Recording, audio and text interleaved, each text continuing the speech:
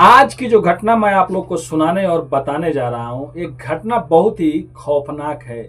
यहाँ पे एक पत्नी अपने ही भाई के साथ में मिलके अपने पति का मर्डर करा देती है। सोच सकते हैं आए दिन तो मतलब मर्डर होते रहता है, लेकिन यहाँ पे एक भाई अपने ही जीजा का मर्डर करता है, वो भी अपनी बहन के नए वाले बॉयफ्रेंड के साथ मिलकर। मतलब वो लड़की किसी और से प्यार करने लगती है और पहले भी लव मैरिज की थी, लेकिन पहला वाला पति जब उसको अच्छा नहीं लगता था, उसके बाद कुछ चीजें उन लोगों के बीच ऐसा हो गया जिसके बाद वो अपने बॉयफ्रेंड को साथ में मिला ली और अपने भाई को भी साथ में मिला ली और उसके बाद अपने पति का मर्डर कर देती है और उसके बाद चीखते और चिल्लाने लगती है। लेकिन कहते हैं ना कि अगर कोई गलत काम कितना भी शातिर से शातिर चोर या क्रिमिनल कर ले, लेकिन वो पुलिस के हत्थे चढ़ ही जाता है।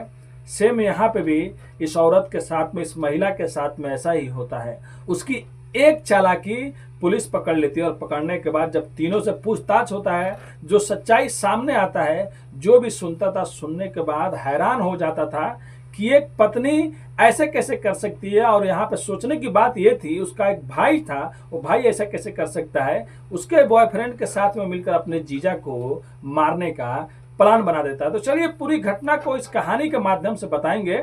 उससे पहले आप लोग से रिक्वेस्ट करते हैं, अगर आप हमारे चैनल पर नए हैं तो चैनल को आज ही सब्सक्राइब, लाइक, शेयर, कमेंट करना मत भूलिए। तो नमस्ते, आदाब, सत श्री अकाल। आज की जो सच्ची घटना मैं आप लोग को सुनाने और बताने जा रहा हूँ, ये घटना उत्तर प्रदेश के शामली जिले से शुरू होती है। वहीं पे एक इलाका पड़ता है जिसका नाम काथला है।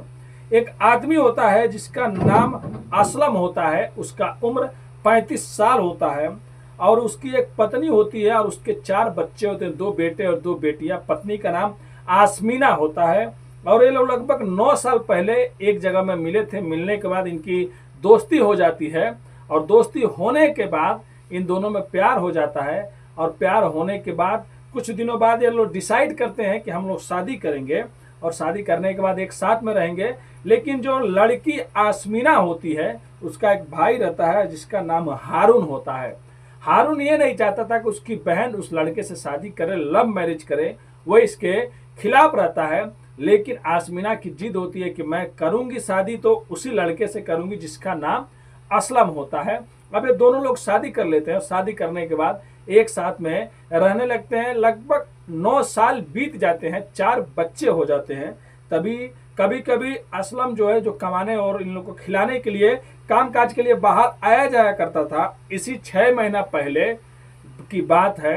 यास्मीना जब मार्केट आती जाती थी, उसी टाइम एक ऑटो में वो बैठती थी और जाती थी।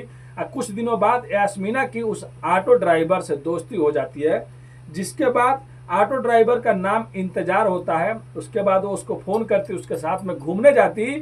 कब इन दोनों में प्यार हो जाता, इन दोनों को मालूम ही रहता है कि प्यार होने के बावजूद भी हम लोग मिल नहीं सकते हैं। लेकिन आसमीना कहती है कि मुझे तुम्हारे साथ में रहना है, तुम मेरा ज्यादा ख्याल रखते हो, मेरा पति मेरा ख्याल नहीं रखता है। लेकिन इधर असलम को थोड़ा थोड़ा शक हो जाता है और असलम को शक होने के बाद असलम आसमीना से एक दिन कहता है कि तुम क्यों ये सब चीजों में पड़ी हो, तुमको शर्म नहीं आती, तुम्हारे 4 बच्चे हो गए हैं और ये सब करना छोड़ दो।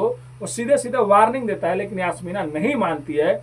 और उसके एक दिन बाद तो जो असलम होता है वो उसके प्रेमी इंतजार के पास भी जाता है और जाने के बाद कहता है कि देखो, तुम हमारा घर क्यों खराब कर रहे हो, हमारी पत्नी से क्यों बात कर रहे हो, छोड़ दो, अच्छी बात नहीं है। लेकिन जो इंतजार रहता है वो प्यार में इतना पागल हो गया रहता है आसमीना का, और यास्मीना इसके प्यार में इतना पागल हो गई रहती है कि इन दोनों को कुछ भी नजर नहीं आता है। उसके बाद यास्मीना कहती है इंतजार से कि देखो, अब मेरा पति मुझ पे ज्यादा रोक टोक लगा रहा है, मेरे को कहीं जाने नहीं दे रहा है और इससे अच्छा है कि इसको रास्ते से हटा दिया जाए।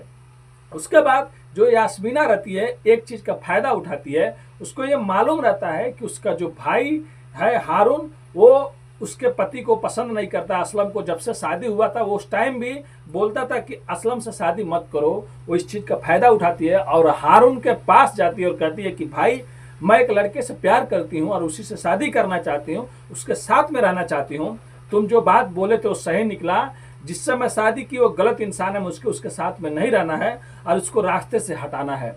अब यहीं पे हारून भी तैयार हो जाता है। जिस भाई को मर्डर करने से, हत्या करने से पहले अपने बहन को समझाना चाहिए था, भाई भी तैयार हो जाता है। फोटो में देख सकते हैं तीनों आदमी लोग को, जहाँ पे उसका भाई और उसका बॉयफ्रेंड और वो खुद पुलिस के साथ में खड़ी हुई है।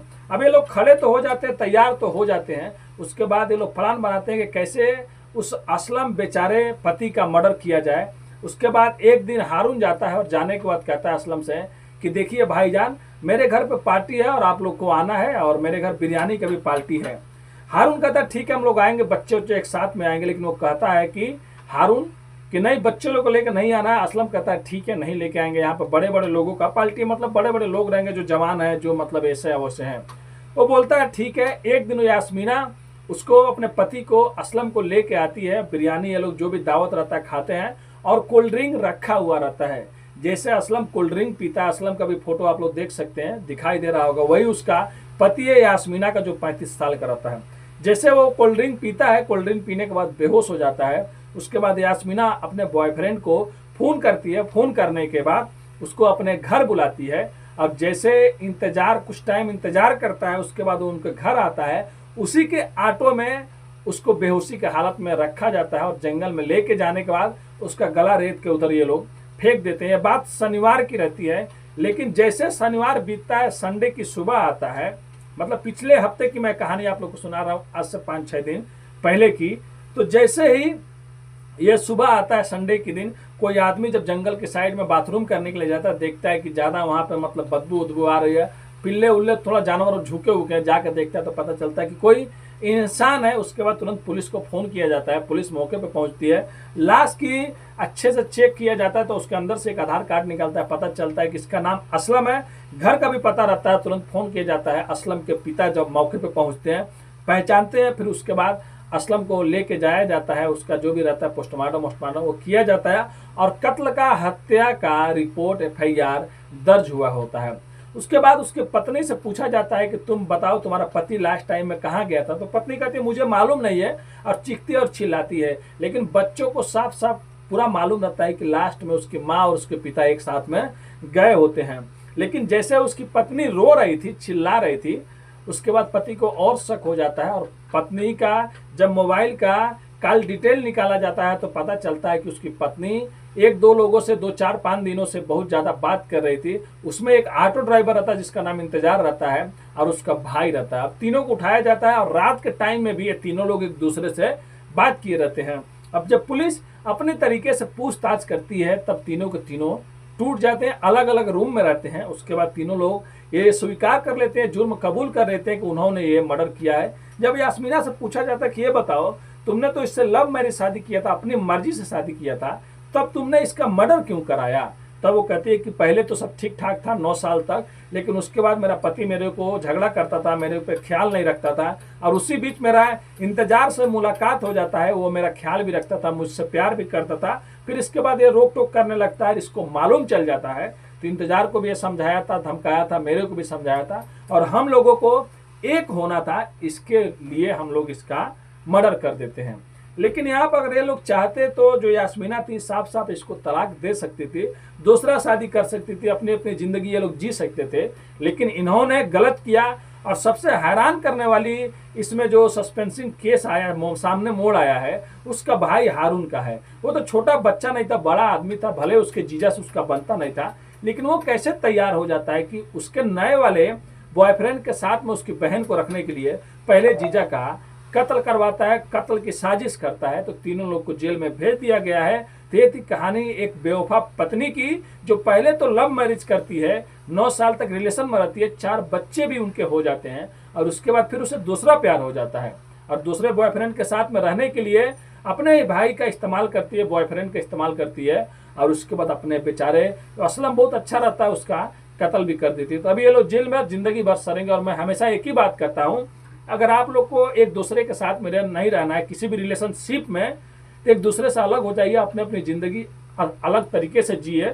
क्योंकि बहुत बार लोग ये भी सोचते हैं कि हम लोग अलग हो जाएंगे, तलाक या डाइवोर्स ले लेंगे तो हमारा बेइज्जती होगा। लेकिन क्या वो बेइज्जती थोड़ा बहुत होगा, अगर आप लोग कत्ल कर देते हैं तो आप लोग ज़िंदगी भर जेल में ही सड़ते हैं तो क्या फायदा कत्ल करने का। तो अगर आप भी किसी के रिलेशनशिप में हैं तो एक दूसरे के साथ में तो ऐसे ही अलग हो जाइए, किसी का मर्डर मत कीजिए। ये कहानी सुनाने का उद्देश्य किसी का भी दिल दुखाना नहीं है, बस आप लोग को जागरूक और सचेत करना है। मिलते हैं नेक्स्ट वीडियो में फिर से सच्ची कहानियों के साथ। अभी के लिए अलविदा लेते हैं आप लोगों से।